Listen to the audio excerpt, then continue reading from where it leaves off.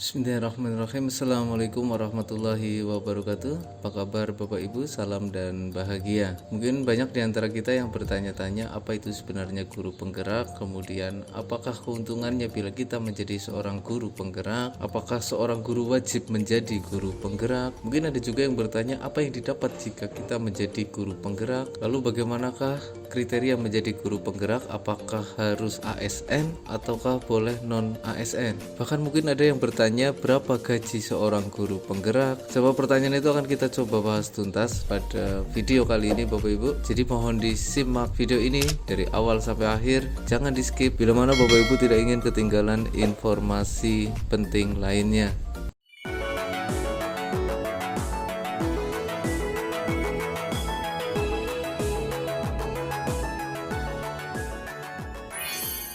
Baiklah, mari kita bahas satu persatu. Pertanyaan pertama, apa yang dimaksud dengan guru penggerak? Dilansir dari laman resminya, yang dimaksud dengan guru penggerak adalah pemimpin pembelajaran yang mendorong tumbuh kembang murid secara holistik, aktif dan proaktif dalam mengembangkan pendidik lainnya untuk mengimplementasikan pembelajaran yang berpusat kepada murid, serta menjadi teladan dan agen transformasi ekosistem pendidikan untuk mewujudkan profil pelajar Pancasila. Pendidikan holistik ini menjadi sangat penting karena sangat memperhatikan potensi yang dimiliki oleh peserta didik atau murid baik dalam aspek intelektual, emosional, fisik, artistik maupun spiritual. Kemudian pertanyaan kedua, wajibkah seorang guru menjadi guru penggerak? Memiliki sertifikat guru penggerak akan menjadi wajib bila mana seorang guru ingin menjadi calon kepala sekolah.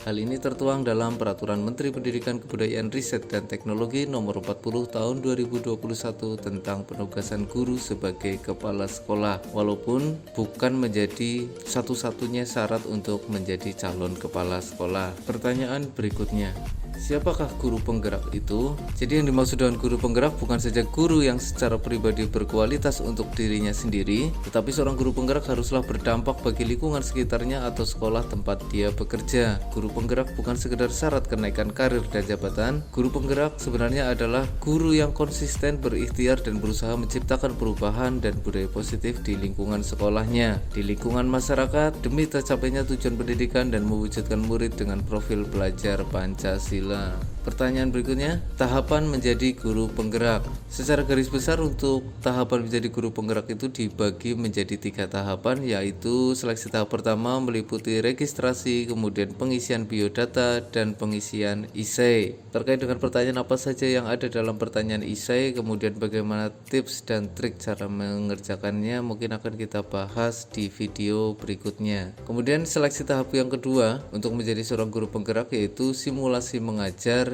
dan wawancara. Untuk simulasi mengajar ini nanti Bapak Ibu membuat RPP tersendiri dengan durasi maksimal 10 menit, yang mana untuk simulasi mengajar dan wawancara nanti akan kita bahas terpisah lebih jelasnya di video berikutnya. Tahapan yang ketiga yaitu pendidikan guru penggerak. Untuk pendidikan sendiri dilaksanakan selama 6 bulan. Sebelum kita lanjutkan pembahasan Bapak Ibu, bila mana Bapak Ibu merasa bahwa channel ini bermanfaat, maka yang harus dilakukan adalah berikan support dan motivasi kepada kami dengan cara klik like, komen, share, subscribe bagi yang belum, dan bunyikan lonceng notifikasinya agar Bapak Ibu tidak ketinggalan informasi menarik lainnya. Pertanyaan berikutnya, apa peran guru penggerak? Peran yang pertama yaitu menggerakkan komunitas belajar untuk rekan guru di sekolah dan di wilayahnya. Kemudian menjadi pengajar praktik bagi rekan guru lain terkait pengembangan pembelajaran di sekolah, mendorong peningkatan kepemimpinan murid di sekolah, membuka ruang diskusi positif dan ruang kolaborasi antara guru dan pemangku kepentingan baik di dalam maupun luar sekolah untuk meningkatkan kualitas pembelajaran. Kemudian menjadi pemimpin pembelajaran yang mendorong well-being ekosistem pendidikan di sekolah. Pertanyaan berikutnya, apa yang didapat jika menjadi guru penggerak? Untuk menjadi guru penggerak, guru harus mengikuti pendidikan penggerak selama 6 bulan. Selama mengikuti proses pendidikan, peserta yang dinyatakan lolos seleksi program guru penggerak akan mendapatkan yang pertama, pendidikan guru penggerak selama 6 bulan dan pengembangan kompetensi dalam lokakarya bersama. Hal ini sekaligus untuk menjawab apakah guru penggerak yang mengikuti pendidikan masih diberikan kewajiban untuk mengajar?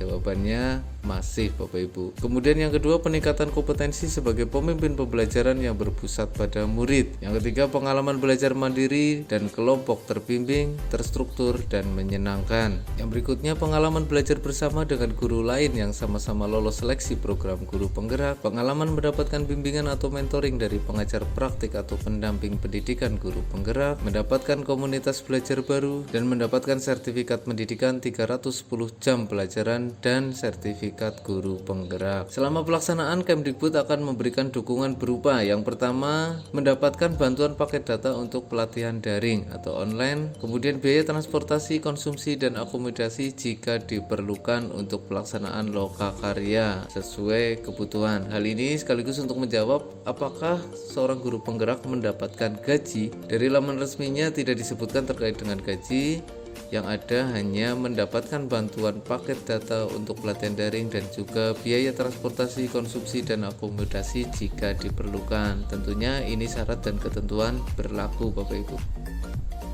Tapi menurut pendapat saya pribadi, jangan terlalu mengharapkan gaji Bapak Ibu terkait dengan guru penggerak, karena ketika Bapak Ibu menggali potensi yang ada pada murid, memiliki daya juang dan kompetensi menggerakkan orang lain, maka mudah-mudahan itu juga merupakan rezeki berupa amal jariah Bapak Ibu yang nilainya mungkin lebih baik daripada hanya sekedar gaji.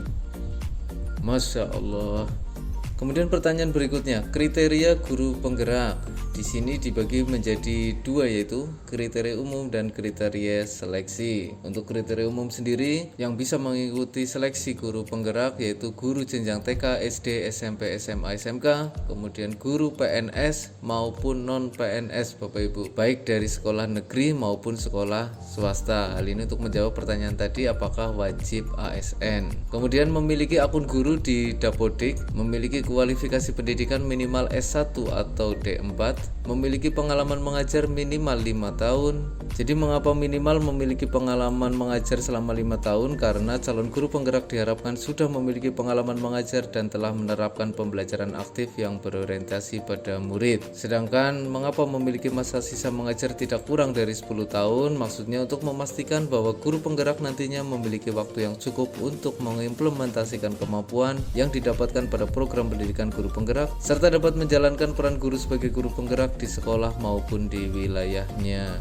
Kemudian kriteria yang lain, memiliki keinginan kuat untuk menjadi guru penggerak, dan yang terakhir tidak sedang mengikuti kegiatan diklat CPNS, PPG, atau kegiatan lain yang dilaksanakan secara bersamaan dengan proses pendidikan guru penggerak. Kemudian untuk kriteria seleksinya sendiri, yang pertama menerapkan pembelajaran yang berpusat pada murid, memiliki kemampuan untuk fokus pada tujuan, memiliki kompetensi menggerakkan orang lain dan kelompok, memiliki daya juang atau resilience yang tinggi, memiliki kompetensi kepemimpinan dan bertindak mandiri, memiliki kemampuan untuk belajar hal baru, terbuka pada umpan balik dan terus memperbaiki diri, memiliki kemampuan berkomunikasi dengan efektif dan memiliki pengalaman mengembangkan orang lain, memiliki kedewasaan emosi dan berperilaku sesuai kode etik. Pertanyaan yang paling sering ditanyakan berikutnya adalah di mana pendidikan guru penggerak dilaksanakan. Program guru penggerak akan diselenggarakan pada masing-masing daerah domisili calon guru penggerak.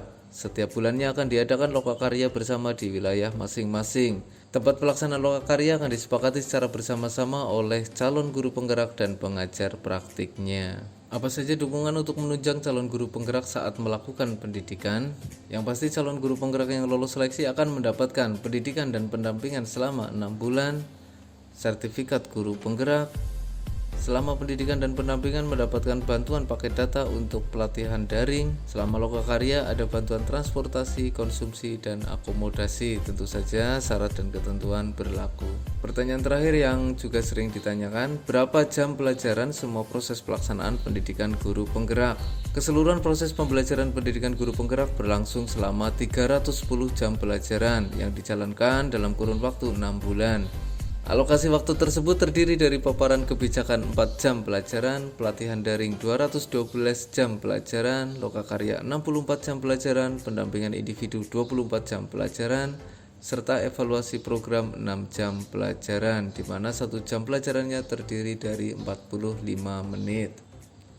Itulah tadi beberapa pertanyaan yang paling sering ditanyakan ketika kita mendengar istilah guru penggerak. Intinya seorang guru penggerak diharapkan mempunyai 4 kompetensi inti, yaitu tidak hanya berfokus pada sebagai pemimpin pembelajaran, tetapi seorang guru juga mampu menggerakkan diri serta lingkungan agar dapat menciptakan pembelajaran yang berpihak kepada murid. Ketika seorang guru penggerak bisa membawa perubahan pada dirinya dan lingkungan sekitarnya, maka tentunya hasilnya juga akan lebih baik untuk murid-murid kita. Semangat untuk calon guru penggerak angkatan selanjutnya, nikmati prosesnya. Doa terbaik untuk Bapak Ibu semua. Bila mana ada yang perlu ditanyakan, silahkan tinggalkan di kolom komentar. Terima kasih telah menyimak dari awal sampai akhir video ini. Mohon maaf bila masih banyak kesalahan. Akhir kata, wassalamualaikum warahmatullahi wabarakatuh.